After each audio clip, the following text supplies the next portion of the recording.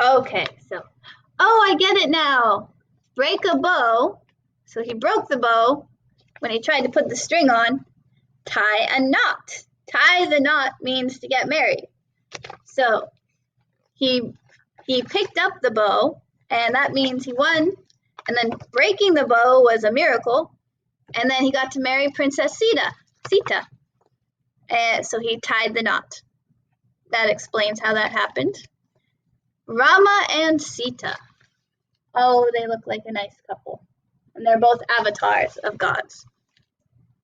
Sita's father immediately dispatched his fastest messengers to Rama's kingdom to report the good news and to invite his royal court to a wedding. Upon hearing the announcement, Rama's father and his 3 queens made their way to the neighboring kingdom accompanied by a grand procession. So remember, kings back then had a lot of wives in ancient India. And Rama has 3 brothers, but they're stepbrothers, so different mothers.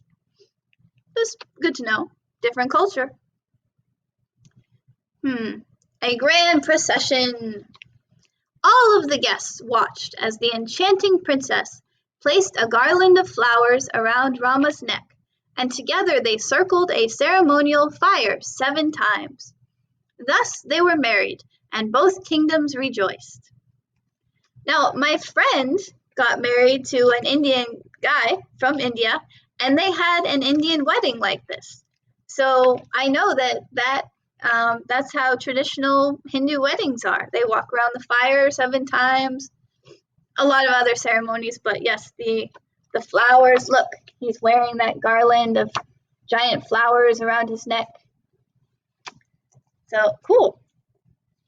Rama's father was so pleased that he announced his retirement and proudly declared Rama and Sita the new king and queen.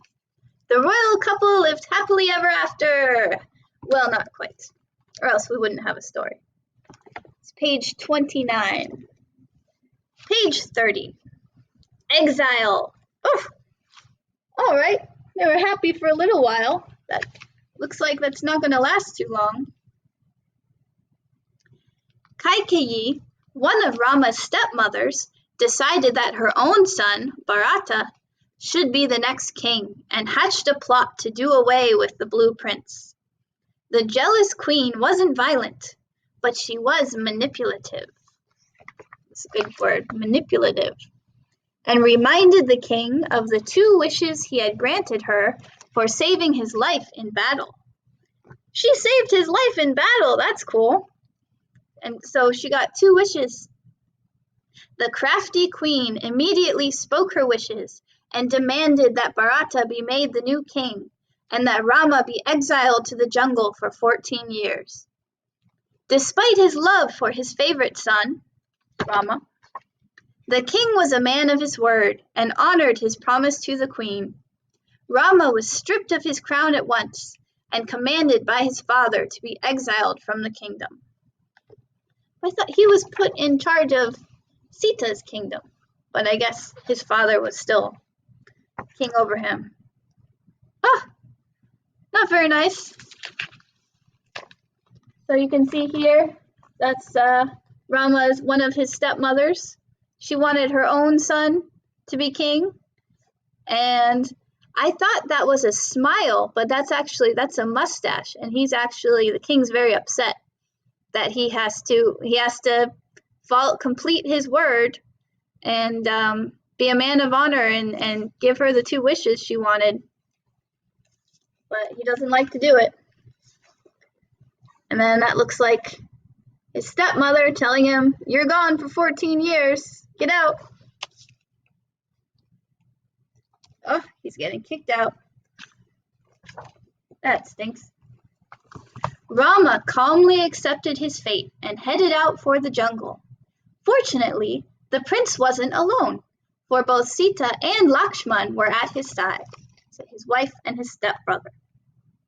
Sadly, soon afterward, this chapter of Rama's youth came to a close, when his father, consumed by guilt, died of a broken heart. Oh, so while he's in exile, his father dies of a broken heart. So sad that he had to send Rama away.